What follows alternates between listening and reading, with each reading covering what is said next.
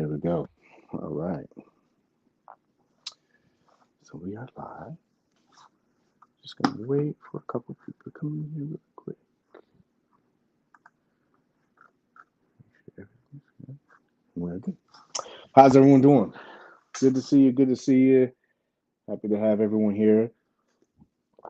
Timestamp this, make this official. Hello, everyone. My name is Paige. Welcome to episode 85 of the Hangout, where I give you positive insight into the world of collecting in a very chilled and relaxed atmosphere. Now, this is going to be a little bit different, but some of you guys are very familiar with this. This is the community bio series. This is where I usually take somebody from the community that that I have an affiliation for, or just someone I really admire, who's a creative. And what it does is it allows us to kind of connect with other individuals, see how we're all doing the same thing, collecting, creating, and doing things that just kind of bring us together. Like I said, tonight's installment, it's someone who I'm very happy to have on because as I learned more about this individual, there was a lot of aspects that I found really fascinating. So please welcome to the show, round of applause, Mr. Duane Shoes Toys. How are you doing, sir? Good, man. What's up? How's everyone doing? Hope you're ready for a fun, chill, relaxed conversation about action figures and toys. I'm excited to talk to you, man. Yeah, looking forward to it. Thank you for joining. Thank you for joining. The introduction I gave you wasn't that great, so how about we do this? He is the miniatures master. He is a visionary photographer. He is a platinum beat creator artist and a Gucci brand ambassador, Mr. Duane Shoes Toys. Better? Much better? I flubbed it at first. Man. You're far too kind. A lot of layers in there. A lot of layers. You notice that? How are you doing tonight, sir? How you doing? Great, man. Great. Had a great day. I was working on some projects. I was doing a lot of painting today, 3D printing, and got an exciting project coming up sometime in the next week or so, depending on how quickly I can get it done. But yeah, just loving life as a miniature artist and toy photographer. Yeah, you stay very busy, sir. Very busy. Again, I want to tell you, thank you very much for taking time to come on. I know you're a very busy man, very busy, and that's very evident from the photos and images that you give and the videos that you usually have on there. And man, I can't tell you how happy I am to have you on. Just two quick things before we start. Obviously, most of the people know in the group or in the chat that there is tap in. Tap in is where you will tap in really quick. I take the first 5 people, and what this is I use those 5 people and I do a giveaway. Now, the giveaway is usually something I build, not as great as Mr. Duane Shoes Toys, but it's a conscious effort for me to kind of create and do things inspired by you, sir. I've said that many times on this show. But to kind of do builds and stuff like that, and I don't really do anything with the builds afterwards. I take a few pictures, but it's also to show appreciation for the people that are here watching the show. So once you see this tap in, you're going to see it. This is the test. This is not the tap in. But once you see this little crawler go down, the first 5, I'll take those people, I'll put them on the list, and you'll be entered into the drawing, and I'll make sure that I give an announcement of when that drawing is going to be. There'll also be a little bit of a chat break later on. I know everybody has like a lot of questions for Duane. Keep. Hello? Oh, no. You're back. Okay. I blame Darius. He just called me. But please make sure that in the chat you just ask the questions. I'll make sure that I put those in there, and we'll have a chat break, and that way we can ask Duane all these wonderful questions. So, and you said, to kind of start off, anything interesting happened today? You said you're working on a project, right? So that works great into for our first topic, which is what you're working with. Well, so recently they released that trailer for the Mario Brothers movie, right? Mm-hmm. And I was watching that, and I thought, it would be fun to create a scene, not necessarily based on the exact contents of the trailer, but kind of inspired by that open world kind of grand landscape type of thing. So I'm actually working on a project centered around the Mario Brothers, and I had to. I don't want to give away too much, but basically for this project, I needed to 3D print a lot of Goombas. I just posted a little image in my story this morning, and just been 3D printing those, painting them. I also there's lots of little props that I had to make to complete this scene. So it's I think it's taken me about 2 weeks to get everything done. It's a pretty time consuming project, but having a lot of fun trying to create like an outdoor landscape with some mountains in the back. I've been testing out some new techniques for Hmm. creating stuff. So I actually had to study some miniature train videos. Watched a Oh, little okay. seeing how they built the landscapes, and I picked up some new techniques for that. And I'm going to incorporate all these little Goombas and Mario and Luigi and a few other things into that scene. And hopefully it turns out okay. It's still at this point it's still kind of a vision in my mind, but it's coming together pretty nicely so far. So hopefully, I don't know, another few more days or maybe a week at the most to finish that off. Yeah, that was one of the first things that caught my attention. You always remember how you first see somebody's work. And of course, mine was just seeing the behind the scenes part with your stuff. And I was like looking, and I was blown away at the amount of like time, creativity, and effort that you were putting into these shots. Because, you know, most of the time, people, depending on what your skill level is, you just kind of like have a figure and you take a picture.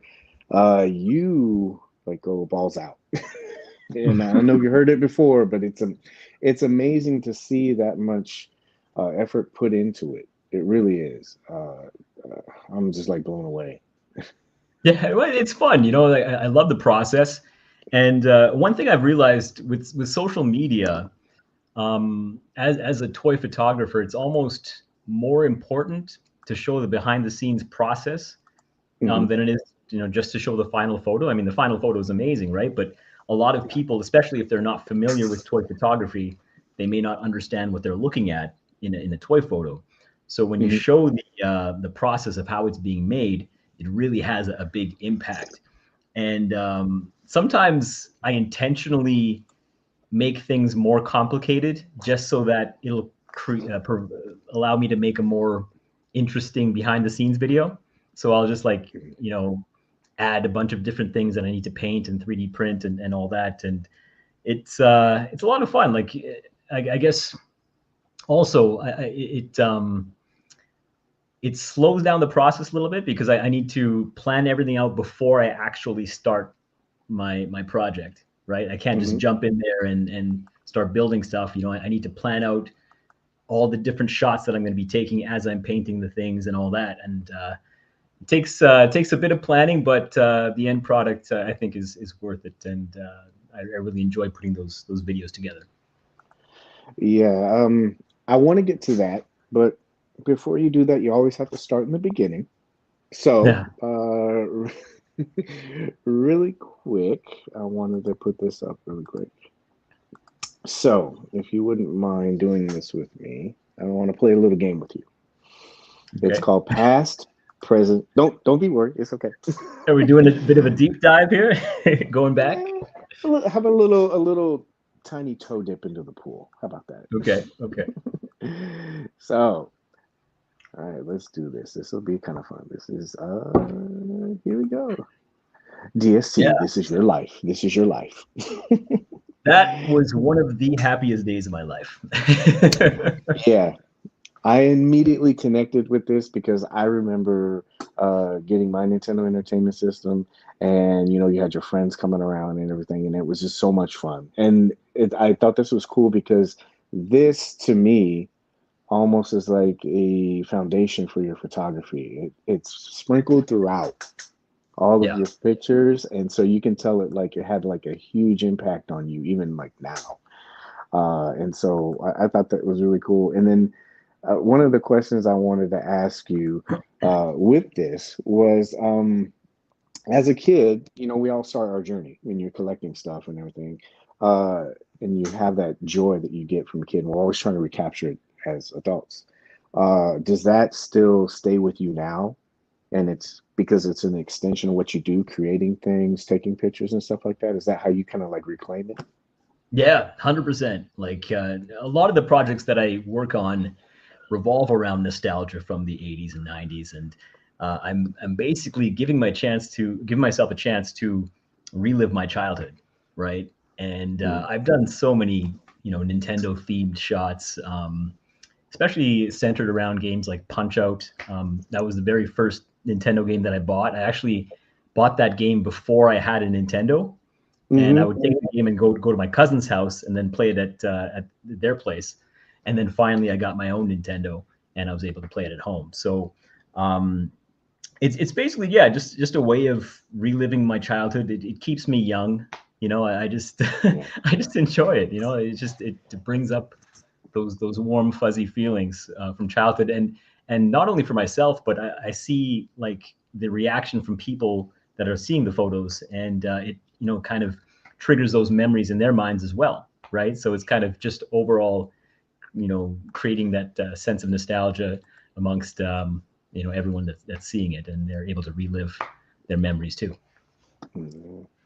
It's cool because, like you said, you can just gravitate to it because it's a connection with everybody. I remember that. I remember the code. I remember the dream outmatch. I remember getting my ass kicked. Yep. I remember getting my ass kicked by Glass Joe. That's embarrassing when you Oh, think that's about it now. that's real embarrassing. But as you grow up, you start things kind of get pushed to the side. And this was something I know about your toy photography. I know about your miniatures and everything. But this is something that I didn't know about you, sir. That you were a traveler and you saw and took pictures of a lot of things. And you have a very interesting life before you started doing this. And I wanted to talk to you about that because, like this is amazing. You're, Yeah, yeah. It's kind of funny because there was a point in my life where I wanted to be a travel vlogger, right? I wanted to make like videos and share them with people, and actually didn't really travel very much until my 29th birthday. hmm And at that point, I'd gone through some stuff in my life. Had a bit of a breakup that affected me with an ex girlfriend, and yeah. I was kind of nervous about turning 30. Like, what am I doing with my life? My life's not turning out the way that I thought it would. So hmm I actually, when I was 29, I took a year off and went on a backpacking trip around the world. And I didn't didn't really have the money to do it. I kind of used borrowed money, credit cards, lines of credit, that kind of thing. But I just decided to go for it, and I went on this wild trip. I visited, I think, about 36 countries in 1 year, Yeah, it and looks just kind of getting amazing. a taste of all these different countries all over the world, right? So I started off in Europe, and then went to the Middle East. I went to Africa. I went to Asia, Australia, South America, and just kind of stayed in each country for like a week or so. Sometimes it was longer. Like I stay Jeez. like a month in Wow. Thailand, in different places. So hmm it was a transformative experience for me because I spent that entire year with just the clothes on my back, basically, like my backpack and a camera and a laptop. That was it, right? Yeah. And I met so many people. Totally changed my perspective on on the world, on life, and all that. And it was by far the greatest year of my life. And this kind of actually led me into toy photography a little bit later on because when I did my initial trip, I didn't have a good camera, right? I didn't really know how to use my camera. These photos that you're looking at were taken a little bit later on, but hmm uh, after traveling, I realized, I need to learn how to use a camera because I want to, take really nice photos when I'm visiting these places. And I started, learning how to use my camera. And in the process of learning, I began taking photos of random objects, and some of those objects happen to be action figures, and it kind of just led me down this rabbit hole of discovering toy photography in the action figure community, and it just led into to action figures and toys and toy photography. So yeah, it was cool. I'm really happy that I did it. Yeah, because you can, some people that would just be a lifetime right there. Like when you see, I did a little bit of that right when I got out of the military. I accrued like some leave and I Mhm. had a month and I just did that in Europe. Mhm. But it was planned.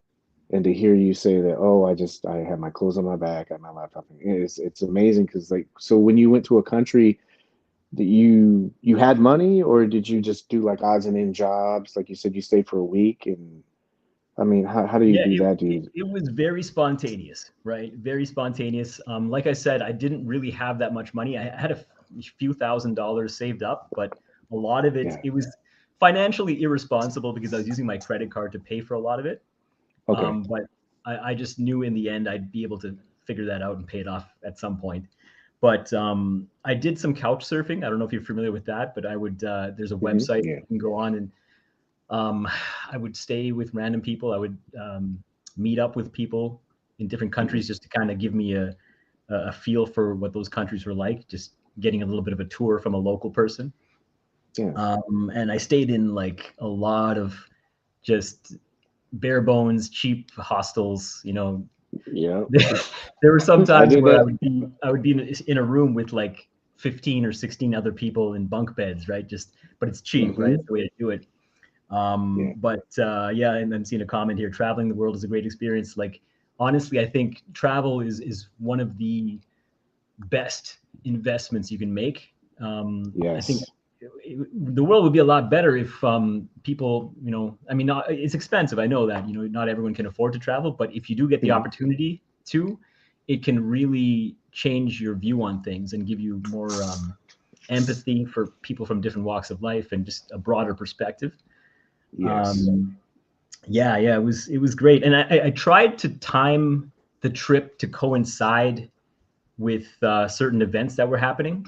So Hmm. when I was in Europe, like I was in Munich for Oktoberfest, right? And Wow. then in in Spain, I was there for the running of the bulls and On the Pamplona? yeah, Pamplona. Yeah, I did Yeah. that, and then the Tomatina, the tomato throwing festival. Hmm. In Buñol. There's like a whole bunch of things that I tried to time it around, and I was in Thailand for New Year, so I went to a full moon party over there, and it was lots of little things. Also I was in Sri Lanka. Sri Lanka is where my parents are originally from, but Hmm. the World Cup of cricket was happening while I was there, so I got to see some of the games there, and yeah, it was incredible, incredible. I mean, there's so much I could talk to you about, but yeah, I could go on for days. And that's what I mean. Like it when I started learning about this stuff, I was like, wow, he's done so much even before he's even started this journey. And I thought that was like really important because, like I said, it lays the foundation for you to do what you're doing because it does leave you grounded because your personality. So I guess we can kind of move into the present now. Your personality to me, when I see it, it's very, gosh, I don't know how to say it. It's passionate. It's energetic because it's infectious. I'm trying to think of these words. It's very creative. You're multi-talented, and I would say probably the most helpful. And that's all the things that I wanted to talk to you about because I guess present wise, when you always try to meet somebody, you always remember that first experience. And my first experience with you is I had a question about something. And I say this a lot about the community. It's nothing bad, but and it's understandable. But there's some people that you can't really engage with because it's kind of like the magician's thing. It's like we're not giving away secrets because some people are afraid of certain things, and it's totally understandable. Some people even want you to work towards what you're trying to do. But I think there's a balance, and you have that. And so the question I reached out to you, I don't know if you remember, but I was like, hey, this is about 3D printing. And I was like, hey, can you help guide me on this? And you were like, yeah. And you answered a couple of general questions. You were like, yeah, if you have any more, just hit me back. And for someone that's established as you are in uh, in this community, it's rare to see someone who would be open to share that, but then also who has the time to give that guidance. So that's why I was like, wow, thank you very much for doing this, but then also for doing that because it leaves a good impression, if that makes sense. Oh, okay. So, Yeah. so that's what I feel. That's how I Okay. Well, feel. yeah. You know what? Like sometimes it's getting more difficult too as my account grows. You know, I get a lot of messages and I can't respond to all of them. Right. But sometimes, you know, if you catch me at the right time, I'll try my best to help you out. Right. Um, and I also I love, especially when people are getting into 3D printing or just wanting to learn about new techniques or learning about how I do what I do. I love Mm-hmm. um, sharing information about that. And that's part of the reason I do all these behind the scenes videos too, right? Because it just helps other people maybe take little things from my process and incorporate it into their process because that's how I learned. I learned by watching videos on YouTube and seeing what other people do, right? Right. So that was able to help me out. So I have no problem helping other people out. Yeah, it's appreciated because, like I said, there's a lot of times when you don't know where to go, and some of us aren't smart enough to figure out, typing in YouTube and going, okay, yeah, we'll just look up this stuff, and that's where Mhm. your videos are helpful too because you explain that process in a very condensed version. Creatively, I wanted to ask you, because your channel is so big and because you've had experience and you've done so many things. Um, when you push yourself creatively, are you ever concerned about the end result? Because there's always that level of, oh, either personally or publicly, can I top this next project? Do you ever feel that, or? Not really. Like for me, it all just starts with a concept in my head. I often try to attempt new techniques, little things here and there with every project that I do. Mhm. And it usually ends up looking the way that I envision. I'll run into little hurdles here and there, right? But Yeah, for the most part, I think the main thing is I really try to enjoy the process, right? And like yeah, I don't look at it as some kind of task that I'm forced to do, right? I try to like just enjoy as much of it as I can, yeah, and usually that translates into a product that I'm happy with in the end. yeah. I following you, I've learned to kind of like you kind of like see people and how long. I think it's really good for behind the scenes because it kind of like puts stuff a little bit more in a really realistic expectation. Because I'll build stuff, and you're always constantly going back and like, this isn't good enough. I want to redo it, and then you're Yeah. doing it, and then you see the time, and you're like, God, I've already spent a week on this, 2 weeks on this. I'm like, what am I gonna do with this? And you just so there's always that part of it, and it's cool to have like support systems say, hey, yeah. So I just wondered as a person, like I said, like you're growing and you're getting bigger and there's more eyes on your stuff, like how much of that pressure really starts getting on you? Because I know some people that it does, but for you, it just seems like, hey, this is perfectly fine. I'm good with what I'm doing, and that's great, man. Yeah. It's so refreshing to see that that's the way that you take it, man. Because I've seen it kill a lot of creativity out there. Mm, Yeah, I try not to put too much pressure on myself. I think one way that people do put pressure on themselves is just by like focusing entirely on likes and like engagement on mm-hmm. Instagram, for example. They're like, oh, my last photo only got this many likes. I need to do better, otherwise people are going to forget about me, or that kind of thing, right? And I try not to think about that too much. I just try to create the best piece I can. I try to. It's just expression, right? I'm trying to express these ideas that are in my head, and Mm-hmm. I'm happy as long as the end product is something that reflects my vision, right? And it doesn't really matter how many likes it gets. It is, man, and it's cool because it's so the catalog. I wanted to go through it with you, but the catalog is just these are some of the ones that. So obviously that was your first one, and or at least one on Instagram, and I thought this was cool. It's like, holy crap, look at this, and it's like that's where you got started. And then these are ones that just kind of caught my eye. I'm everyone can go to Instagram. You can go to Duane Shoot Toys. I'm pretty sure everyone's familiar with this account anyway. But these are some of the ones that kind of grab my attention. Like this is amazing because, of course, it's Michael Jackson, but the amount of detail and the level, that thought process that went into it, you know, like there's Sorry, I subtlety can't in see which there. ones you're talking about here. You have us Oh, on ooh, my split fault, screen my here. fault. There Okay, we yeah. go. Oh, this is Thank this is you, an old one. thank you. Yeah, yeah, Okay. yeah. I was like, this is the first one I saw. I was like, oh, this Yeah, is really it's cool. funny. It's funny going back to these old ones because you can kind of see, I guess, the growth and development. Like I look back at this Yes, time. This is before I did any kind of 3D printing. I didn't know how to really make too many things, so I was just trying to fumble my way through it, and yeah, lots of experimentation here, but still fun though. yeah. This is another one that was a favorite of mine. I was like, look at this. This is cute. But it's just like I said, it's the amount. Even in your earlier part, you can tell that there's like a lot of thought process into it, and there's a lot of building. You're like chuckling at some of these. Are these bringing It's back memories? funny because it looks so so different than what I do now. I guess, right? I think this is similar, but this is Yeah. really early on. This is probably 2018, I guess, right?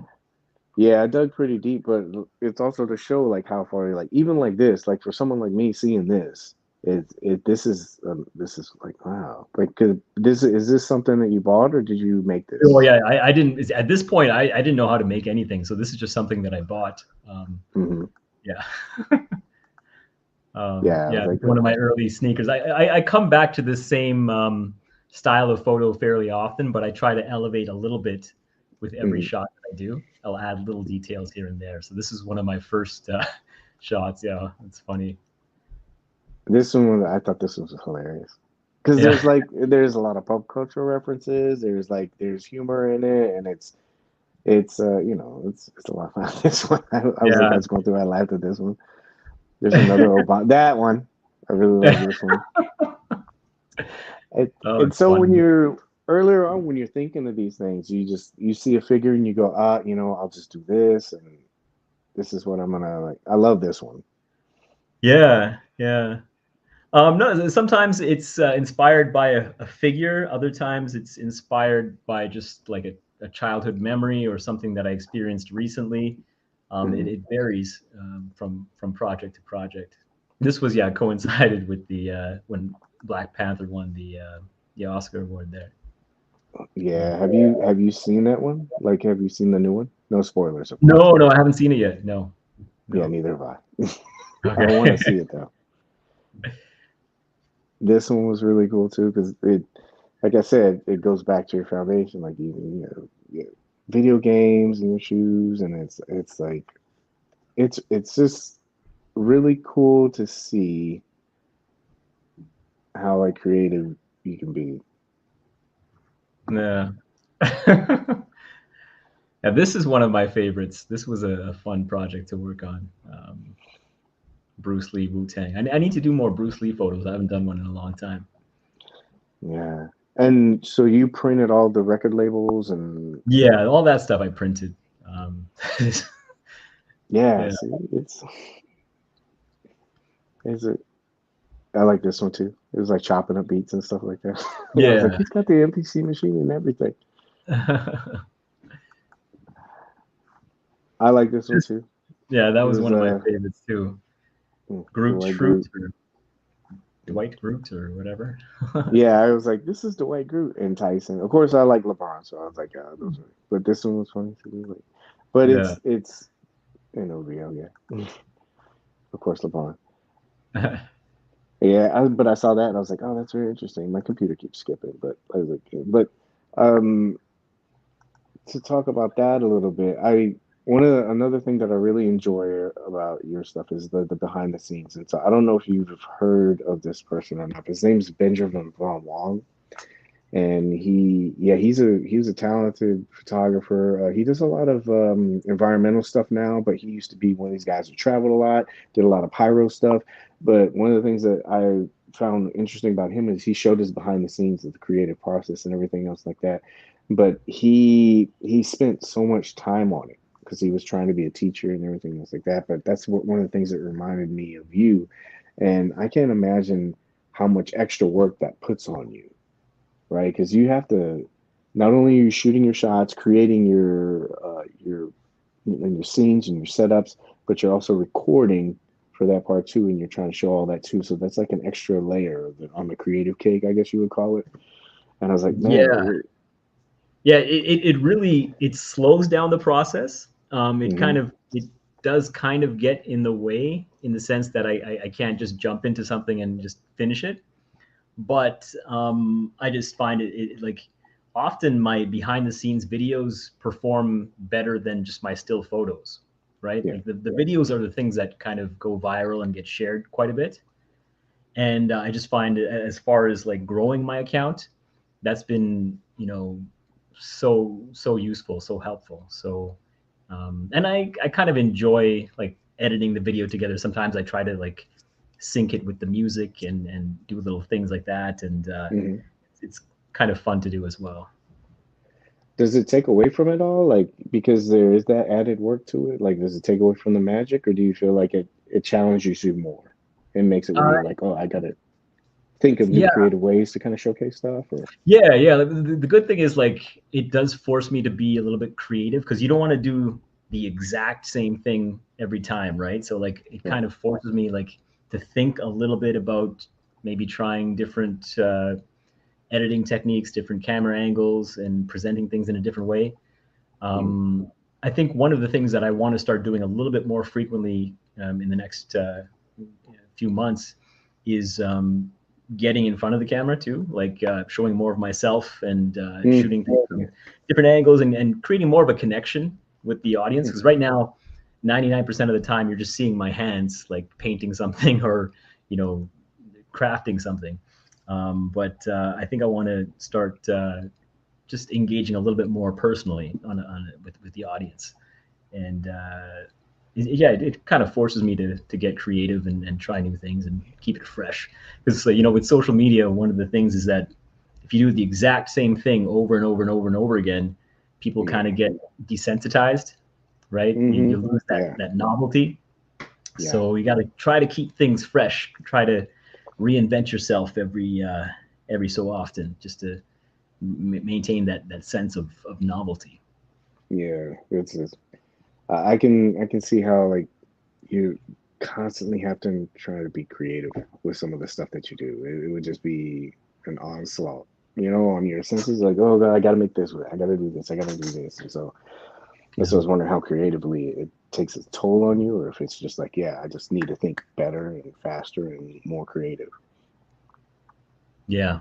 Yeah. No, it does force me to get better actually, which is a good thing. I just try to challenge myself, right? And even down to like the techniques that I use like for crafting. Like I said earlier, with this upcoming Mario project, I had to learn some new techniques, right? So Hmm. I love adding to the arsenal of crafting techniques. Hmm. So quick little chat break. Have some people here. They had some great comments for you. And if anybody has any questions, please make sure you type them in the comments and ask Dwayne real quick. I still have a bunch for you. A lot of people were very interesting shots, and there was so one of my favorites is the Stormtroopers is the one in the record store. Yeah, Yeah, that was a fun you're one. the Yeah. catalog that you have is just amazing. Like like I said, it's varied because there's different characters, there's different themes. Some are, I'm not saying like the political or anything like that, but they're part of the times. And some of them are also just pop culture references. Some of them you can kind of tell like impact. It's really cool, man. I love looking at that stuff. Uh, Buenas okay, noches. What's up, yeah, Plasti? he's a I good see a guy, few man. familiar names in the chat there. I see Trevor, 1-6 shooter, Hmm. Kevin, Yeah, toying Kevin around. too. Yeah. Here we go. So one of the questions I have is by Steve. Dwayne, how often have you created a prop and decided you need to go back and show the behind the scenes process? Ooh, that doesn't happen very often these days because I try to plan out my behind the scenes video before I even start the project. Hmm. But initially, when I was first, like, I think a lot of toy photographers approach the behind the scenes as an afterthought. Like, they'll first work on the project, take the photo, and then they'll think, oh, Instagram reels are popular right now. I need to make a video. And Yeah. then, it's like an afterthought, and you don't get a chance to record the process and stuff. So I I that's how I started out. Like, I would kind of record afterwards, but now as I have gotten more experience, I've learned that it's helpful to plan things out before I even start. So Mm. that doesn't happen very often now, but it has happened a few times in the past for sure. So it's more of like a conscious effort of shooting while you're doing stuff and then kind of edit it, or are you still trying to figure it out? Or Yeah, like I said, I plan it out beforehand. So like I'll kind of have a list of shots that I want to have. Like oh, if like for this upcoming Mario shot, I'm gonna have some shots of me painting the Goombas and then painting some of the other accessories and put it all together. So I'm before I actually do that, I've set up my camera, I'm ready to go and record it, and then I kind of go from there. So it's yeah, it's kind of as I'm going, but once in a right, while I'll forget and then I'll need to go back and record. So yeah, which is yeah, a pain, yeah. but it It's like happens. everybody does it. Yeah. Yeah. Plasty said, any clue on what's going to be the project that you're going to be doing in front of the camera? Well, I think when I say I want to be in front of the camera, I think I just want to just show my face a little bit more as I'm building my stuff. So not really Yeah, any specific project, but maybe I'll be talking to the camera, telling a story.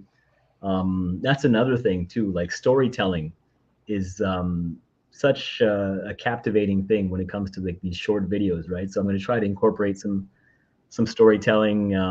I kind of did it a little bit with my recent Buzz Lightyear photo. I kind of mm, tried to tell a little bit of a story with that one, but yeah, yeah, I just wanted to just make a more personal connection with the audience because I mean, not a lot of people know exactly what I look like, and you feel like a stronger connection when you see a face behind the art.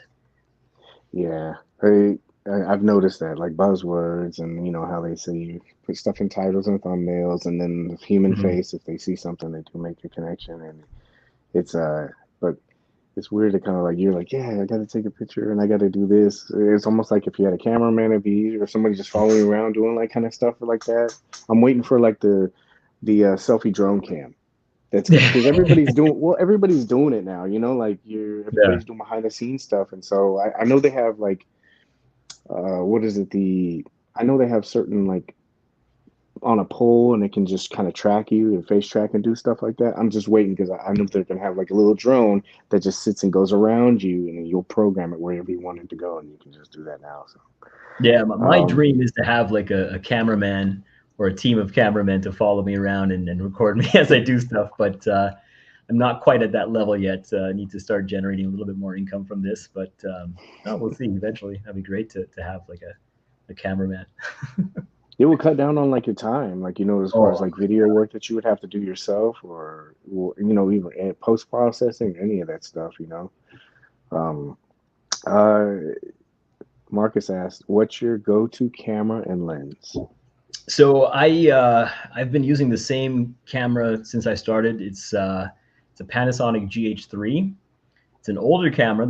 I mean, much better cameras available now, but I initially bought that because I heard it was good for videography, and I wanted to make travel videos, right? So I was like um, uh, looking into that camera, and it was affordable. I picked it up and haven't felt the need to switch. As far as lenses, I've got a few. I really enjoy using a fisheye lens. I have that. There's an attachment that I can put onto my pancake lens, and it's a fish. It turns it into a fisheye, Hmm. and I've used that on a lot of different shots, and it just creates this kind of visual distortion where like the center of the image pops out at you, Hmm. and I like using that a lot. That's one of my favorite lenses to use. Um, yeah, and Kind of then like aside from that, I have a few other lenses that I switch back and forth between. it's kind of like an anamorphic lens. Is that what it is? Like, or it's I'm not, just oh, okay. I'm, It's just like the but attachment.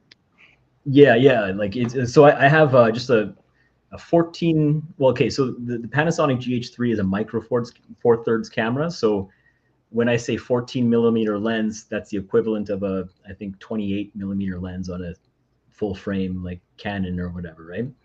So I Okay. have a 14 millimeter pancake lens, and that's fairly wide. And then I have this this little attachment I can screw onto that lens, and then it just turns Oh. it into a fisheye. Oh, Um, okay. gives you like an even wider field of view. It just gives you like a different look too, right? Yeah, like I said, like I like the visual distortion because it kind of bends the image and makes it pop out at you in the center, and yeah, like a music video or something. It's kind of cool. Yeah. Oh, like a Puff Daddy video or something like that. Yeah, Yeah. yeah. How much time do you spend a week average on toy photography projects? Yeah, this is Well, you know what? I don't have a job. So this is I spend all my time doing this. So from the moment I get up, I'll get up in the morning, I'll go to the gym, get some exercise, and then come home, and I'm basically working until the moment I go to sleep. With little breaks here and there. So it's definitely at least full time, but I'd say probably, I don't know, 50, 60 hours a week. I'm working on weekends too, right? So it's a lot. wow. Yeah, So it is your full-time job, pretty much, it which you're, is. It is. It doesn't pay me like a full time job would pay me it yet. never does. Yeah, it never Um, does. that's the one thing. Like I've there are a lot of ups and downs financially. Like I think that the responsible thing to do would be to get a job and then do this in my spare time. But I'm kind of, I don't know, risk taker. I just go for it, and Yeah. I'm and I think just the fact that I'm doing this full time, like it's having the time to work on these things has allowed me to learn so much in a relatively short amount of time. Hmm. And I've been able to develop all these different skills because I have all the time to allocate towards this, right? So Yeah. I've sacrificed financial stability in order to get the time to work on these projects, and now it's slowly kind of starting to you know pay decently, depending on the however many brand deals or sponsorships I'm able to get. So if I can get one or two good brand deals, that's enough to pay my bills.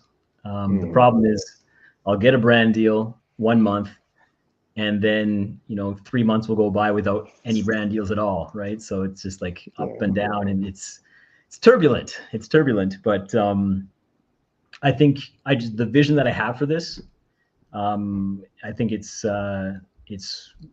it's worth it. I'm all in, basically, just trying to do this. So It's a good balance too, because it keeps you hungry. You're not like always set. You're constantly saying, "Well, I have to work," and you're not comfortable because it kind of keeps you in. It pushes you out of your little comfort zone for a little bit. Because you're like, "Oh, it's not coming. I need to do something or be more innovative and yeah. and do what I got to do." So, I mean, it's a good and bad thing, but it's you could tell. Like you look at people and the way they're going. I was talking to my girlfriend about this because we were in bed and I was showing her the video and everything. I was like, check this out. And she goes, holy crap. She goes, Mhm. he does all that. I was like, yeah, because she has an idea of what, maybe the average person does, but this is Mhm. outside of that. And so you can just tell like there's so much work that's put into it. It's almost like, yeah, he's going to do whatever he's going to do, but he's going to make it because there's so much effort put into it and the results speak for themselves. So I was like, holy crap, man. Yeah, I think what I got to do right now is kind of restructure the way I'm approaching it financially, because right now I'm relying almost exclusively on brand deals. Hmm. And brand deals are good, but you can't rely on them. Like they're kind of inconsistent as far as the frequency, right? So Right. I'm trying to figure out ways to create a little bit more of a stable, consistent income. I think I'm going to start looking into things like Patreon. I'm going to put a lot more emphasis on YouTube. I think that's the future. I think eventually I want to be like a YouTuber. That's the main platform I think I want to be on. Hmm. Just because there's the built-in monetization with the AdSense revenue there. But it's I'm just kind of figuring this out as I go. Like there's a lot Yeah. to learn. But like I said, like not having a full-time job gives me the luxury of being able to spend time learning techniques and working on projects that I wouldn't have the time to work on if I was working a job. Do you have somebody that influences or motivates you now, or was there somebody that influenced or motivated you before? You know, like in the beginning of your journey, or even now? Are there, As far as like toy photography, or oh, just anything, music, art, anything at all? Is there stuff that kind of like just goes, oh yeah, yeah, I mean, like well, initially, as far as like just toy photography specifically, I think there were some names like Sergeant Bananas, Jax, Plastic Action, Nose Rain, Richie. There were a bunch of those guys that I started following early on, and just mm-hmm. seeing what they were able to do. That definitely inspired me, just to kind of learn these new techniques and try toy photography out in general. Um, as far as other people, I don't know if there's anyone in particular that comes to mind, just as far as general inspiration. But I love just listening to all kinds of podcasts, just like absorbing information from all over the place. That's one thing. Like as I'm working, I'm home all day working on stuff. I've always got something going on in the background, right? So either if it's a podcast, if it's not a podcast, it's like music, or sometimes um, I'll need to do research on certain topics, like certain characters. So I'll watch like old cartoons, or I'll watch like movies, or anime Mm-hmm. or whatever, right? Like I didn't really watch anime before I started getting into toy photography, and then I just went through all of Dragon Ball, and then went through Naruto and all these different things, right? This is Yeah, over the course of several years, right? But I look at that as just like research, right? So like now that I've watched those things, I can incorporate them into my photography. So I've done quite a few shots with Goku and Dragon Ball characters and stuff, and I've got some fun Naruto ideas as well coming up. and that's got to be good too, like creatively, because you're not trying to. You know how some people are balancing so many things like work, family, life, just in general, and so you're able to like kind of just sit there and like let your creative juices flow, and it's got to be like feel like a lot of freedom. Do you know what I mean? Like to be able It to do is like that.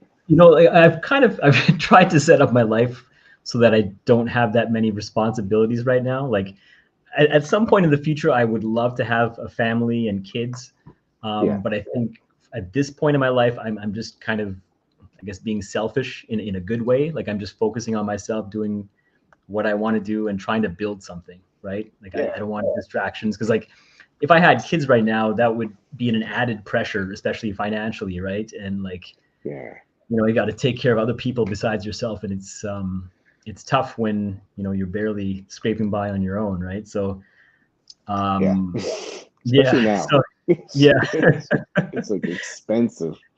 yeah, oh yeah, yeah. So I mean, I just I'm just focusing on all this, like all my energy on this, and trying to build something, and then eventually I can see myself settling down with a family, and kids and other responsibilities as well. Well, it shows, man. And like I said, it really shows in your work. So I mean, we did just talk about cost. Like, being an international collector, is it difficult for you? Like, because you've talked about some of the financial stuff, and you're doing stuff, and you're staying afloat that way. But is it harder for you being an international collector? Because you're in Canada, correct? Yeah, yeah. Yeah. It's a bit annoying because, like, first of all, when it comes to like shipping costs, right? Most of the items we're paying more for shipping. Sometimes you Hmm. got to pay, duty and taxes, and all this kind of stuff on top of that, right? And then you're converting from U.S. dollars to Canadian dollars, and it's more expensive, right? And also, like in the States, sometimes you'll have like Target exclusives, or like toys that are exclusive to certain stores that are in the Right. US. And sometimes we get them up here in Canada, but like it takes a while. We don't get them right away. So it can be difficult to find things locally. So often, like I just have to head to eBay, right? And then when you go to eBay, you're paying scalper prices, right? And Yeah. Yeah. you're paying like twice as much as you would if you were able to get it locally. Hmm. So it is annoying. It's hard, but at the same time, we do have some benefits to living up in Canada. Like we still have Toys R Us here. We never it never left. Yeah, So yeah. I there's see like Kevin doing those. yeah, Kevin's doing the videos and stuff. exactly. Those are fun. I would love to do a video with him sometime going to Toys R Yeah, Us. But like we have so many locations. I think we have 4 in the city that I'm in right now, and there's like so many across the country. So it's fun. I go there like at least once or twice a week just to check it out. And yeah, yeah. awesome. Because they still carry everything too. Like we don't. I don't. I know. I used to have one near me here, and it was Mhm. done. They turned it into a Spirit Halloween, but I haven't Mhm. seen one in like years. So, Yeah. and I see his videos every once in a while. He's going, "Oh, I was going to Toys R Us." I was like, "That's still there." I was like, I thought they just went belly up, but I guess not. So, yeah. Yeah, and Uh, they've recently started carrying all the NECA stuff and the Super 7 stuff. So we're starting to get some good stuff in Toys R Us here. so I know you kind of touched on this will be the future part of it. I know you kind of touched on where you're at now, and what would be your dream goal or opportunity? I know you said you want to make enough money to have it be self-sustaining for to do what you're doing. But do you have like a dream job or company that you want to work with, or is there something that you specifically want to do? Well, like I said before, like just on a general level, I want to be able to wake up in the morning and decide what kind of project I'm going to work on and not worry about the financial situation, right? Um, Right. Beyond that, I would love to have my own character or line of action figures, sort of Yeah. like what what Mezco is doing with like the Gomez figures or something like that. Like I would love to have my own design my own character Hmm. and have that commercially produced or like a design accessory sets. Hmm. Like signature action figure accessories, like little boom boxes or whatever. Like I'd have to think of something, but that would be fun. Or have my own designer toys like KAWS, KAWS, the Yeah. and vinyl figures. I would love to do that kind of stuff. And before I got into to toy photography, my main passion was music. Beat making and music production. And Hmm. the really cool thing about Instagram is that I've actually been able to make some contacts in the music industry through my toy photography because I do a lot Hmm. of music themed photos, right? So eventually, I would love to kind of circle back into music production through toy photography, and make some produce music for like pop artists and stuff like that. And yeah, there's a lot of things that I want to get involved in, but you got to start by building up that foundation first. Yeah. I was like, look at it. This guy's a platinum selling artist. And I was looking at this, and so this was I guess you made a beat. Gosh, what was it? It was I had it here. It was for gosh, what was it? It was a So beat. Sorry. yeah, so the song was called "Leaked," and it was by Yeah, Little TJ, and then that's what. yeah, so for this was like a completely like I guess serendipitous situation. I first of all, and also first of all, I got to give credit to my friend Distinct Beats because he was the one that um, co-produced the beat. So Hmm. basically, what happened was I was at home one day and I was just like playing around on my keyboard and I Hmm. recorded an Instagram video of myself just improvising like a chord progression and melody, Hmm. and I posted that on my Instagram story. And then my friend saw it and he's like, "Oh wow, that melody's kind of hot. Are you doing anything with it?" Yeah. And I said, "No, man, I'm just messing around." And he's like, "Oh, can you send that to me?" So I recorded like a MIDI version of it and I sent it over to him. And he added the drums and the bass and all the other synthesizers and everything. So I only have like a small percentage of the writing credit on this, but it did set up the foundation for the song.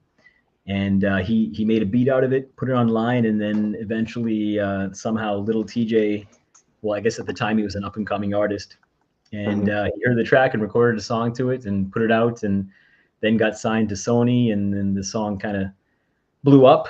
And the crazy thing is, so after the song blew up, they were able to do a remix with Lil Wayne on the track. Whoa, what? And there's a music video for that on YouTube. They made a music video with Lil Wayne, Lil TJ, and they used our beat. So that was wild.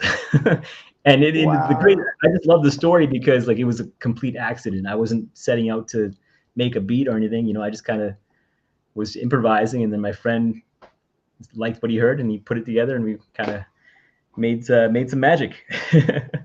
And See, now it's platinum, and it's actually double platinum now too. So yeah, I don't know. I could probably get another ladies, I'm double platinum. yeah. Like, But jeez, the man, thing is, like, that's amazing. with these plaques, you actually have to buy them, so they don't just send them to you. Oh, So really? Oh, like the yeah, yeah. star So on the Walk of Fame, kind of like the star on the Walk of yeah, Fame. yeah, yeah. Yeah. So I actually I was fortunate. Like my friend paid for my one. He just said, "Oh, you helped me out. Let me buy this for you." I'm not sure if he's gonna get a double platinum, like a plaque made for that, but I think we can technically apply for one if we want. But But yeah, yeah. but still, just to have that, like to say, "Oh, I got that." So, Minnie said the same thing that we had in the pre-chat, and just hearing all these stories, traveling, doing that, beat making. Um, I was looking through this stuff too, also, and you also had this. Wow, TikTok. this is TikTok is amazing. yeah, it is. It's crazy because, like you said, all of these things just kind of tie in together. I skipped the first one because that was something I was going to talk about in the intro, but you also worked for like Gucci, like Yeah, yeah. That was a crazy project. So, so some of the marketing people at Gucci had seen some of my work over the years, and they were working on a top secret project. They emailed me, and then they made me sign an NDA before they told me anything. yeah, And I was like, "Oh yeah, sure. Let me hear what you got to say." And it was a collaboration with Hot Wheels, and they released this limited edition um, Hot Wheels car with the Gucci branding on it. And they wanted me to make a little diorama, and they said they really liked the playful, bright, fun aspect of my photography, like the nostalgia side of things. hmm And they just said, "Do your thing." And yeah, I just made I tried to make it look like a children's bedroom, and I 3D printed this track, and I incorporated the Gucci stripes on the track and everything. And yeah, this was their main promotional image for the launch of this car, and they sent it to me. It was very high demand too. Like I think they only released 5,000 of these, and they sold out within minutes. I guess the Hot Wheels collectors are like intense. They yeah, go all in on these things, and they I think they initially sold for $100 or something, and now they're reselling on eBay for like $500, $600. So just for a little Hot Wheels car, it's crazy. yeah, yeah. It is, man. So it's like, yeah, you are officially stamped the most interesting man in the world right now to me because just the amount of stuff that you've done. I mean, I know you probably heard this before, but all of that stuff, man. Like a lot of people don't even live a quarter of what you've done, and you've done all of these things. It's amazing. Like, do you reflect back on it and go, you're very humble, so I know you're not thinking about, oh yeah, ladies, my platinum plaque up here or anything. I know you're not like that, but do you like look back on it and go, oh my gosh, like these are the things that I've done? Because you Yeah, gotta, it's been a fun journey. I mean, like I said before, I've had to kind of sacrifice other things, to have this kind of, life, because, most of my friends are married, they have kids. My younger brother is married, he has two kids, and I look at him and I'm like, wow, that's awesome, right? So I don't yeah, have any of that at this point in my life, right? So it came with a, I guess, a cost, but I'm eternally grateful for like all these opportunities that have come my way. And this is, I guess, I've taken risks, and some of them have paid off, some of them haven't, but for the most part, it's been a pretty enjoyable ride.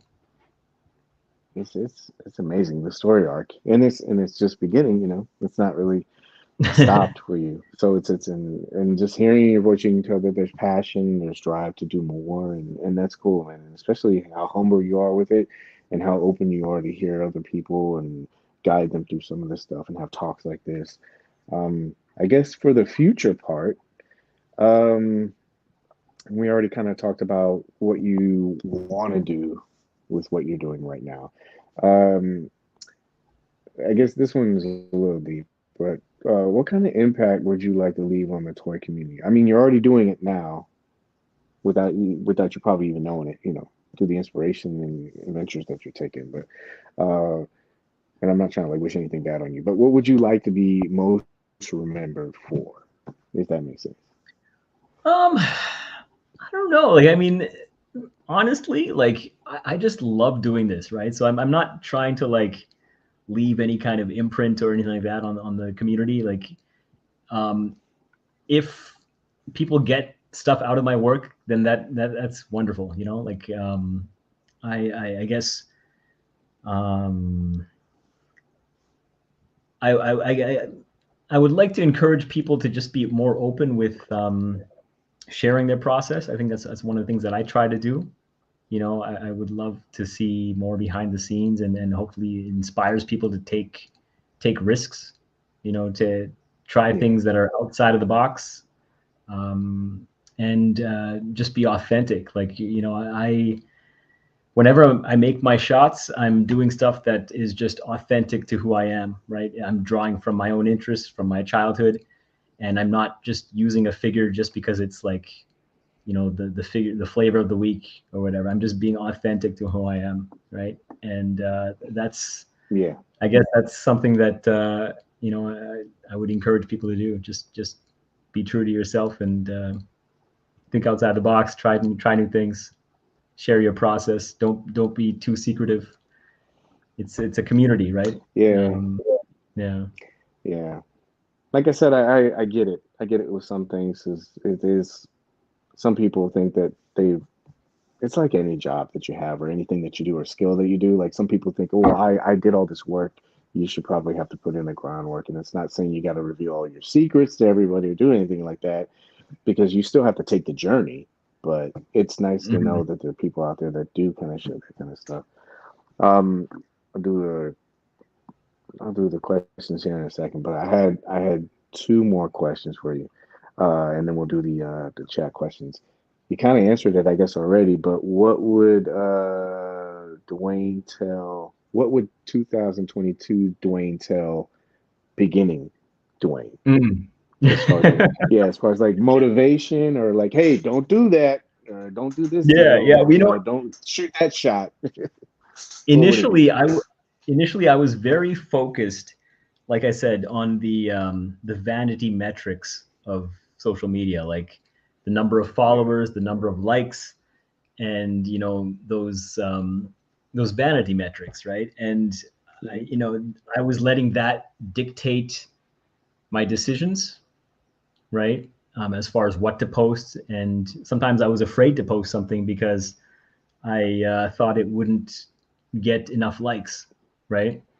And then now I've realized, yeah, like, you know, you just got to do what you want to do, right? You just got to, like, if you're passionate about something, just do it, put it out there. Don't worry about likes and followers and stuff too much, um, because if you are passionate about something, there's a good chance that a lot of other people are going to be passionate about it as well, and it's going to resonate with them. So um, at the end of the day, you just got to just focus on enjoying not only the end product, but the process as well, right?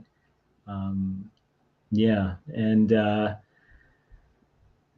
yeah, like I've kind of focused a lot on just learning, just trying to learn new techniques and trying to continually evolve and get better, pushing the boundary with every project that I work on. Yeah. Well, it seems like it's worked out for you, pretty well. Yeah. It just he's like, hey, gotta let loose, and it does. You can tell, like I said, you can tell it's in your work. And the last question I had, I saw this on another YouTube channel. I thought it would be interesting to try on here. So, it's a question for the next guest. So you'll just create the whatever question you have will be for the next guest. You don't know who the next Oh, guest is. It's just getting passed on. Like you can whatever the question is. You say, oh, what's your favorite, I don't know, picture you've taken? It's just a question for the next guest. You don't have to answer it now if you don't want to be put on the spot, but whatever okay. question you come out with, I'm gonna lead off with that question on the next episode. But it's Okay, we'll, interesting we'll because keep you it. don't know who the next person is. So Yeah, but we'll keep it nice and simple. mhm. What was your first childhood toy, or what was your most, I guess the first action figure that you remember owning as a child? Got it. Got it down. Just It'll nice be and interesting. general, nice and simple, not too specific. It can be applied to anyone. And Yeah. I'll answer that question too myself. Yes. The earliest figure that I remember owning was the battle armor Skeletor from Masters of the Universe. Mm-hmm. So it was the Skeletor figure that you would Yeah, on press the the. chess piece. Yeah, exactly. And I have a photo of myself. I think I was like 4 or 5 years old, holding that figure. I couldn't And find that one. Just kidding. oh yeah, I didn't post it online, but yeah. But I did have another photo of myself when I was younger with a bunch of my toys. I think I had a lot of Mhm. DC superpowers and Transformers and GI Joes and stuff. But yeah, that was the beginning of my journey, and I still remember that. And I'm so happy that a lot of these toy companies are re-releasing these old toys. Yeah. Like Masters of the Universe has that Origins line, right? And I bought a bunch of those, and it gives you a chance just to relive that magic as a child. And I bought some of the re-released GI Joes and the Ninja Turtles and all that. Hmm. So it's yeah, fun times. It, Fun time to be a it collector. is. Oh yeah. Like I remember when I was a kid, you'd have all that stuff and everything, and they're even producing them as they were back then. They're making them. You can get GI Joes in the 6-inch one, like we would get. Like I remember I had Tomax and Zaymont, and they just released those for Hasbro. I just got those in the other day, and I was looking at it. I was like, man, I remember watching a cartoon. It got me on Amazon. I bought like season 1 and 2 already, and all this stuff is just it's just way to get you to spend more money. But it's great because you can remember how you was when you were a kid. I remember watching those cartoons, and it's just really cool. And then you have this disposable income. You can just buy it now. It wasn't like Yeah, that I've got anymore a when I bunch was of a them on my kid. wall here, like the Ninja Turtles and the Masters of the Hmm. Universe here, and some GI Hmm. Joes up here, and yeah, it's a fun Yeah, time. it is. It is.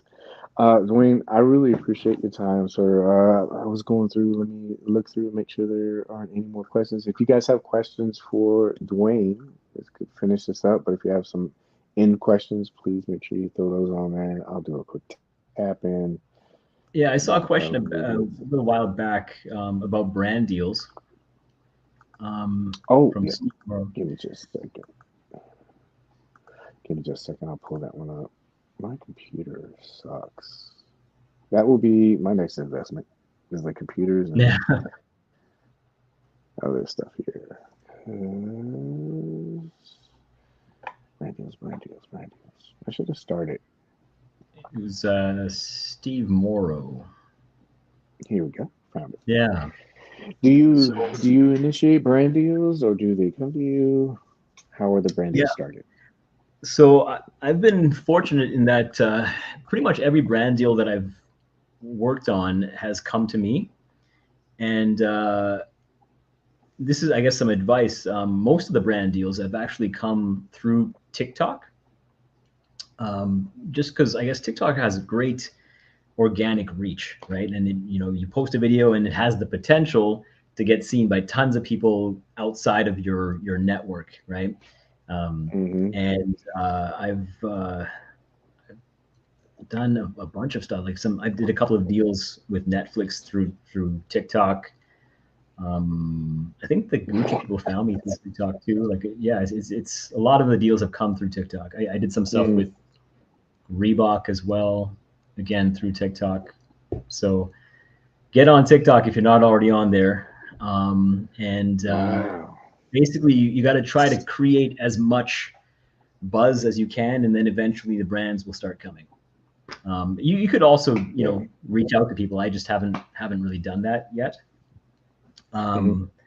because I'm sure they get lots of inquiries. But I think if you get into a situation where they're coming to you, you have a little bit more leverage, I guess, and Yeah. they're more likely to work with you. Yeah. Are you into the whole Reels versus TikTok thing? You know how like YouTube. I know you said YouTube is the future. You feel like it's part of it, but do you feel like Reels is taking over? Because I know that there's a whole this TikTok versus Reels thing, and so I know you're bouncing back between both. So I didn't know if you had a preference or if Yeah, you think one's better. it's really hard to say because like, if I make a piece of short form content, I'm going to post it on both platforms, right? But Right. sometimes Yeah. it performs better on Reels. Sometimes it performs better on TikTok. It's like there's no real way to gauge which platform is going to be better. So Yeah. I just throw them up on every. I throw it up on Reels, TikTok, and also YouTube Shorts. And in Yeah. some situations, YouTube Shorts is the best. Sometimes it's TikTok, sometimes it's Reels. So you just gotta spam your content everywhere. Um, Yeah. It's crazy. in this day and age, it's like you got to try to create as much content as you can. But Hmm. I'm trying to find a balance between quality versus quantity, and I know quality is subjective, but I find I usually get better results when I spend a lot of time working on a really cool, unique project as opposed to just like rushing out content just for the sake of putting content out. Oh yeah. I like to make sure that everything I post is generally, kind of something special or unique. Um, but I still, the downside of that is that, my projects take sometimes a couple of weeks to finish. So I'm only posting a couple times a month, right? So I got to figure out ways to create content more frequently, maybe having like little pieces of micro content in between my big projects. I don't know. I'm trying to trying to figure things out still. Yeah. One thing that I kind of like learned from you and some other creators is like you said, you do take a week and everything, so it's kind of made me feel a little bit more comfortable because you're bombarded with everybody just putting stuff out. You're like and you're trying not to compete, but you also don't want to get buried and not be relevant. And so I've learned that from you, but then also artists, like like Kendrick Lamar, how he just it took like all those years to put out what he put out, Yeah. and it speaks for itself. Like Nas just put out an album, and I was listening to it, and I'm like, this is 10 times better than anything that I've listened to on the on streaming or anything else like that. So quality always outshines quantity. So Yeah, that's the way I like to approach it. Like, and plus, if you're trying to like just mass spam content, you can kind of drain yourself. Like just deplete your battery, just getting yeah, exhausted, just constantly churning stuff out, and the quality kind of suffers, and it doesn't have the same kind of impact. Like if you post, once a week on something special, people are kind of looking forward to it. They're like, oh wow, what's he going to do next? And it's they don't get as desensitized to your content. you don't get burnt out too. I see a lot of content creators they're just constantly putting out stuff, and it's taxing. And you see them. I mean, how many? No offense to anybody, but how many times have you seen somebody say, "I'm burnt out. I'm done.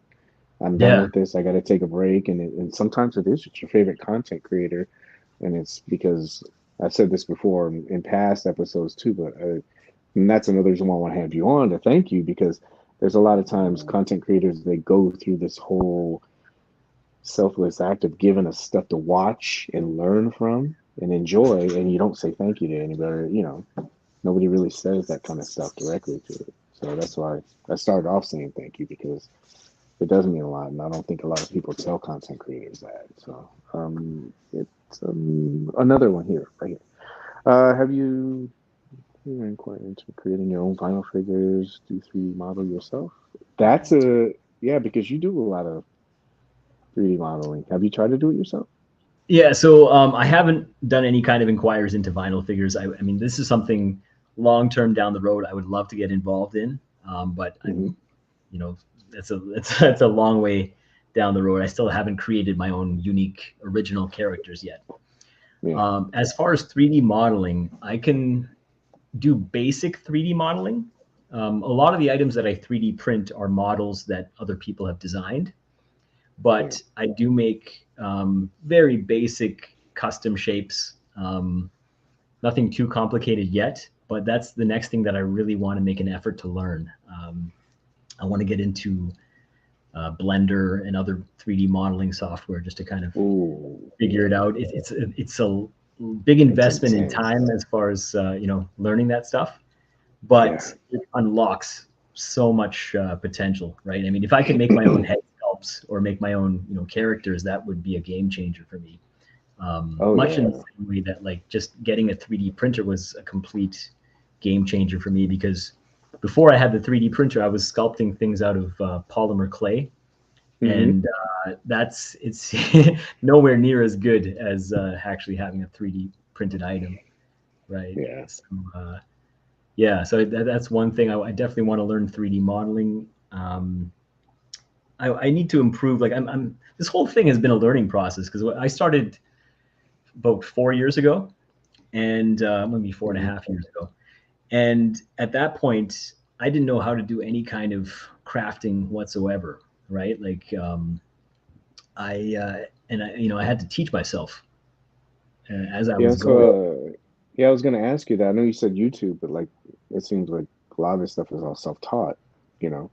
Yeah, yeah. Like so, in the very beginning, I had to buy all these accessories and props off of eBay or local toy shops. Yeah. And then, I slowly taught myself how to work with polymer clay just by watching polymer clay videos. And then I learned how to paint things and, cut things out of foam board. And I was just Yeah. gradually, it's just, you learn one little skill after another, right? And then you Yeah. slowly get into other things, and you get into 3D printing. That was a game changer for me. Hmm. And I still feel like I have a lot to learn, like as far as the skill set, especially when it comes to painting. I need to learn airbrushing. I haven't tried that yet, and I think that would be a game changer. Yeah. I'm Um, I'm scared about that. Like, I got a little portable one, oh, that just has the USB. I haven't even tried it out yet, but I've heard that that helps you tremendously with just a smoother coat. Everything yeah, looks better. But yeah, that's one of the things I want to try too. 3D printing, that's why I reached out to you, but then I also want to try airbrushing too. But that's, like you said, those are yeah. skills you got to learn. That's the thing, and like I'm looking forward to this holiday break in December, because I'm just going to take some time off from creating stuff and then just focus on learning. I bought the cheapest airbrush I could find on Amazon, and I'm Hmm. going to kind of start with that and learn the skills. Like you said, you can get a fine coat. You can have gradients in your painting, and it just looks way better. So I'm going to learn that. I would love to learn sewing at some point so I can make my own little clothing, Yeah. but that that's a challenging skill to acquire. But that would be Hmm. great too. So yeah, I'm trying to just learn these things little by little, add to the skill set. Yeah. It's just like anything. It just makes you more of a complete artist. I When I first started collecting, it was it was cool to see some of these people doing it, but then I remember my first diorama I bought from somebody, and it was nice because I got it from this person, but I looked at it and I go, I could do this. And then Yeah, so I go and I buy the foam, I buy an X-Acto knife, I buy some cheap paints, and I started doing it, and I just crashed and burned on it. I still have it. I have the very first thing I ever built, but I looked at it and it gives you an appreciation for it because you're like, wow, this is not as easy as I thought it was going to be. And so, but then you start working on it, and then that's something like you said, you just don't have to buy. I don't, I look at diorama makers, and I get inspiration off of them, and they're talented, but then I look at it too, and I go, I don't have to buy that, and that saves me money to buy other things. But it's Yeah. a nice skill set. I want to learn sewing because, I like Mezco figures and some of the older figures. It would be nice to be able to kind of just pull some of that stuff down, mod it a little bit. So maybe there's some extra range or articulation, and then sew it back up with a little ladder stitch and everything is fine. But Yeah. those are expensive figures. And I've done some painting, some like with skulls and stuff like that, but I haven't reached that level of comfort to start saying, yeah, I'm going to tear this $80 figure up. And I'm comfortable with messing it up, like, as far as sewing. So, Yeah. but Yeah. those are skill sets, man. I love doing that. There Yeah. was two more questions, and then I promise I'll let you go. Oh, it's okay. I'm uh, free as long as you need me. Thank you. Thank you. I got a question. What specific light are you using when you make your videos? When I make my videos. You know what? Lighting is something that I still struggle with to this day. Um, I'm envious of some of the toy photographers that I see out there, like uh, Trevor, 1/6 shooter, does an amazing job with lighting. Oh, yeah. Jason Lee Michael does great lighting as well. Like there's a bunch of them, right? Mr. Lee. Um, Yeah, Mr. and Lee's. to me, that's like that's one of my weak points, I think, lighting. So I don't know if I'm the best person to ask about lighting, but I just have some softbox, big softbox lights that I bought off of Amazon, Hmm. and just a few other little LED lights. Nothing too fancy.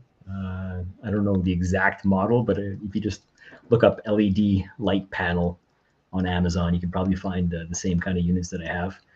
But I struggle with lighting, and you know what? That's the really cool thing about toy photography is the fact that there are so many different styles and techniques, and some people that you can just give them a figure by itself Hmm. and no diorama, nothing, and they light it in such a way that it looks amazing, it looks cinematic, and Yeah. that is an art form in itself, right? And other people, they're really great at making dioramas. Some people are really good at coming up with interesting concepts, right? Um, and I don't know if I'm really exceptional at any one of those things, but I can kind of do a little bit of everything. I think I'm more of a, I guess, concept based artist, and I like building stuff, unique stuff. I'm not the best diorama builder, but I like to build stuff that I haven't really seen other people build, and Yeah. and also just with dioramas, I do make what I call temporary dioramas. So I build the thing, take the photo, and then disassemble it, and it's gone forever. I keep certain pieces here and there, Hmm. but they're not meant to be like high quality long-term display pieces like some of these other artists are making incredibly high quality stuff. My Yeah. stuff is kind of flimsy, but it's good enough to take a photo with. So Yeah, I was gonna ask you because even though you say that they're just kind of there, you're just putting them together, they're still really good. So, and I know I do the same thing. I'll build something and I may take a picture. I may not even post the picture. mm, Sometimes it's just for me. A lot, I'll show friends that. I was gonna ask you that too. Like when you're building something and you have friends over, they see it, do they go, "What are you doing, man? You're crazy." Like I get that. Like somebody will say, "What are you doing?"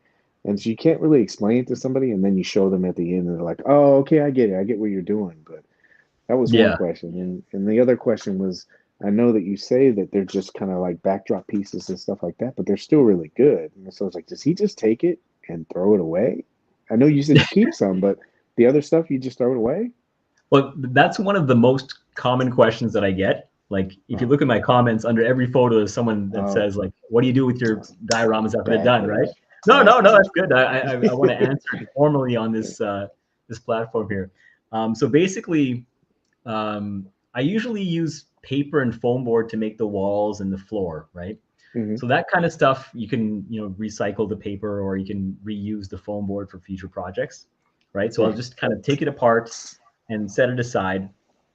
There are certain props, if I think I'm going to reuse them in a future project, then I'll keep them, right? Yeah. I actually have some stuff here, like, so I've done a lot of shots with video game boxes, right? So I've got lots of these little bags of just like um, Oh, it's Super Nintendo beautiful. boxes and all this stuff. This Oh, stuff I'll keep because there's a good chance I'm going to reuse it at some point in the future, right? So I have a right. bunch of storage containers with boxes and little props, 3D printed props, right?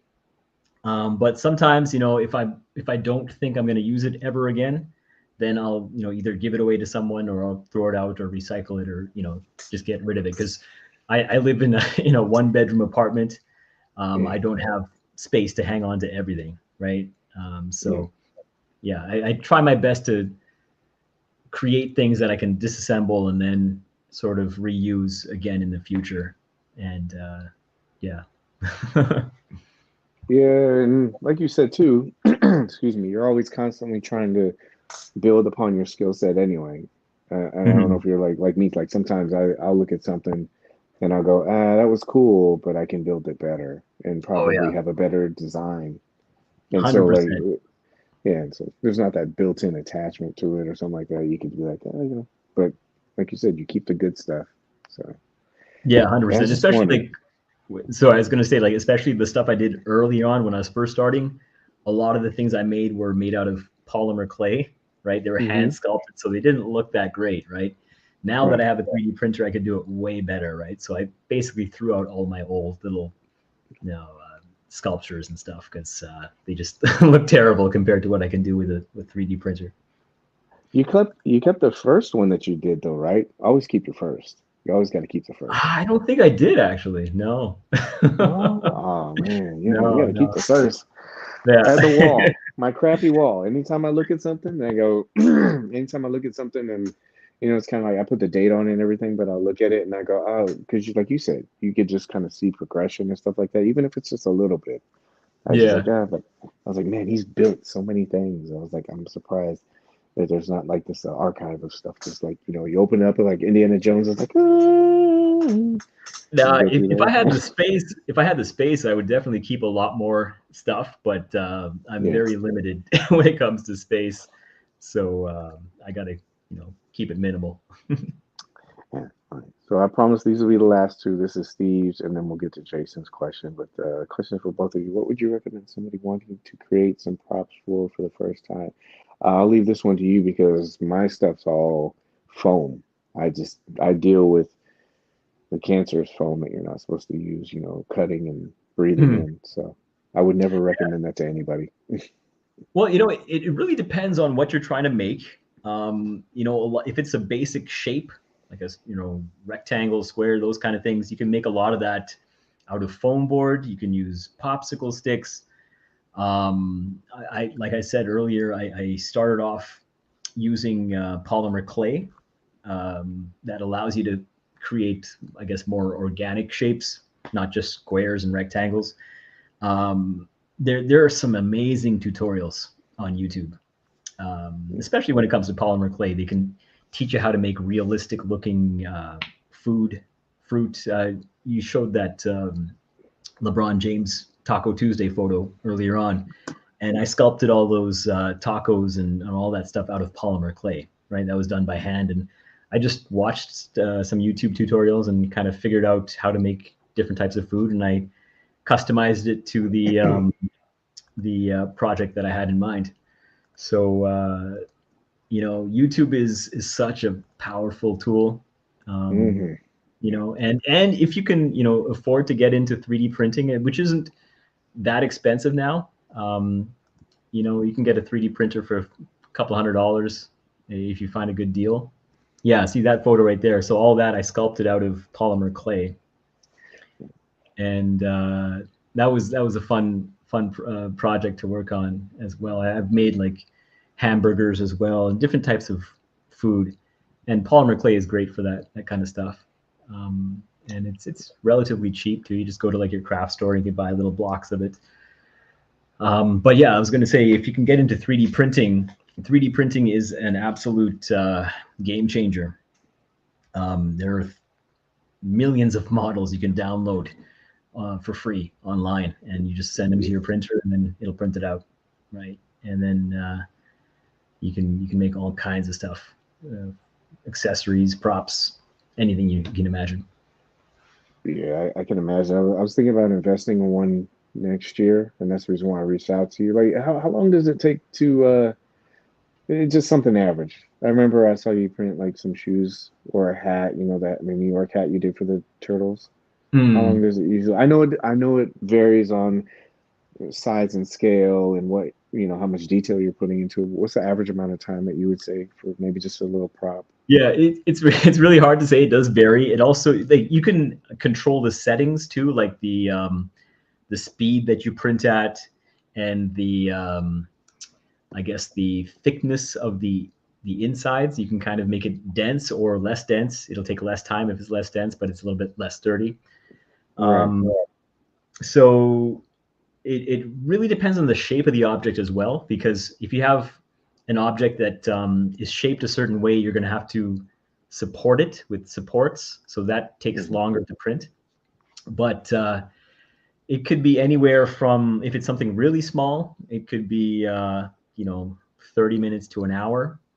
But Mhm. then most things are going to be, 5, 6, 7 hours. Sometimes I've done some prints that are over a day long.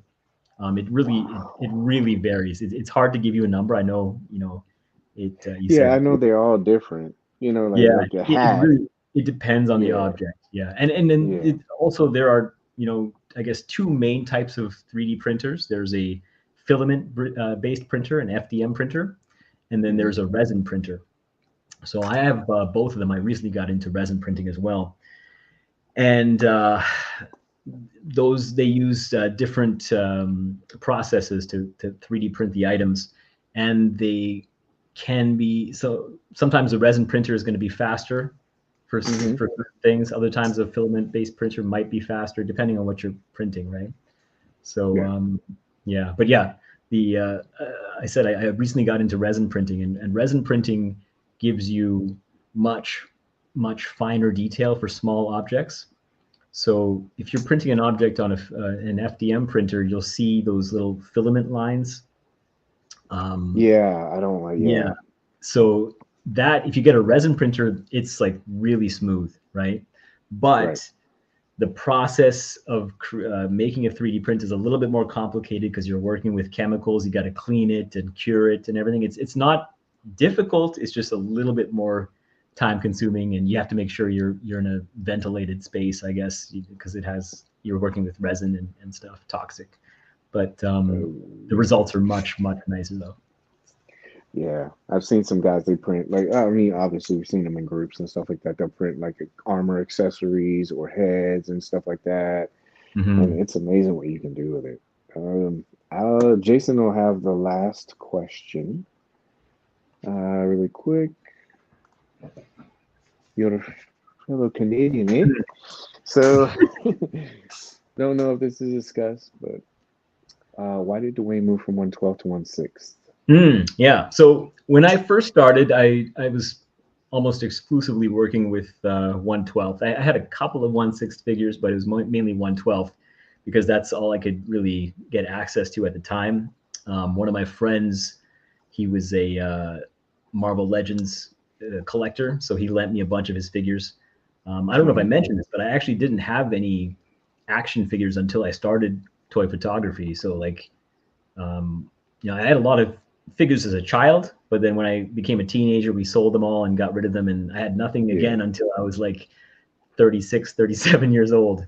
Um, Hmm. so I had to, borrow figures from friends, and I started gravitating more towards 1/6 because I really like the fact that you can easily customize the figures. So you can, Hmm. I mean, there's so many clothes available for 1/6 scale figures. You just take it off, put it on, and then you're good, right? A lot of 1/12 scale figures don't have soft goods. I mean, no, the Mezco figures do, but like a lot of the Marvel Legends, they're just sculpted plastic, so they're kind of limited as far as customization. Hmm. And then with 1/6, you can also, it's easy to buy head sculpts and build your own custom figures and kit bash them, right? So I usually just go on eBay and buy a head sculpt, just the head sculpt by itself, and then create my own figure for it, right? I have a whole bunch of generic bodies and pieces of clothing that I can use with that. So I love 1/6 scale. And also, one last reason is when you're working with 1/6 scale, it's easier to put more detail into the props, Yeah. because 1/12 scale props, they're much smaller and you can't really get all those fine details. So Yeah. 1/6 scale, you can put a lot more detail in the props. They look more realistic, and I think it's just overall like more enjoyable for me to work with and easier to customize things. And yeah, and I've also done like a bunch of 1/4 scale shots with my Ninja Turtles, and that's even bigger, right? So you can put even more Yeah. detail into it. But the downside is that it takes a ton of space, right? You need to have like a Yeah. big table to work with, but it looks really good though. Yeah. I was gonna ask you because like that's I when I first started collecting, I started out with, or I had all this stuff like you said when I was a kid, but then when I hit the adult collecting part, I think my first figure I ever bought was a Play Arts Kai figure, and it was a Joker. I really wish I still had that figure because it was really cool. Yeah, But it was I don't know, like 9 or 10 inches, and then I got a Legends, and I'm like, space wise, this is much better. And I saw the guys who were building dioramas, and that scaling was messing with me. And I'm like, because they're all doing in scaling in 1/12, and I'm like, yeah, how's that equate to this one? I was like, and I threw that one away. But so I can imagine like all the materials, and then also the time it takes to actually build it to that scale. That's almost more time. So wow. yeah. It's a bit more time, but I think the end product looks a lot more realistic. So I just enjoy working in, and it's a lot easier to change clothes on like a 1/6 scale figure than like a little 1/12 scale figure. So Yeah, um, those jackets sometimes they get a little. I'm yeah. sure. I'm sure you've heard horror stories like, "Yeah, I can't get the puffy jacket on." It's like, yeah, you get Yeah, this yeah, small. exactly. And it's easy to buy clothing on eBay too for 1/6. So yeah, Yeah. Well, Dwayne, I can't thank you enough. Not only, like I said, for just being inspiration and motivating me personally, but just for everything that you do for the community, and then also uh, just the content that you bring. And I can't thank you enough. And thank you very much for being on here and sharing your story. You are a Renaissance man, a platinum plaque Renaissance man, a Gucci bag Renaissance man. Thank you so hey much. man. Well, thank you for inviting me on, and I really enjoyed this. It was fun to chat, and you had some interesting questions that made me think. A lot of times Yeah. I'll do interviews and it's the same questions over and over and over again. So this was kind of refreshing, kind of different, and it was fun to engage with the community as well. Yeah, the community's great. Thank you, and thank you guys for coming in and hanging out with us. I really appreciate it. Uh, Anybody else? No? Good, good, good. Last word, Dwayne? You got a last word? Good? No, man, just keep collecting, keep having fun, keep shooting toys. Yeah. All right. Thanks again, Dwayne. Again, everyone, thank you very much for hanging out. You guys take care.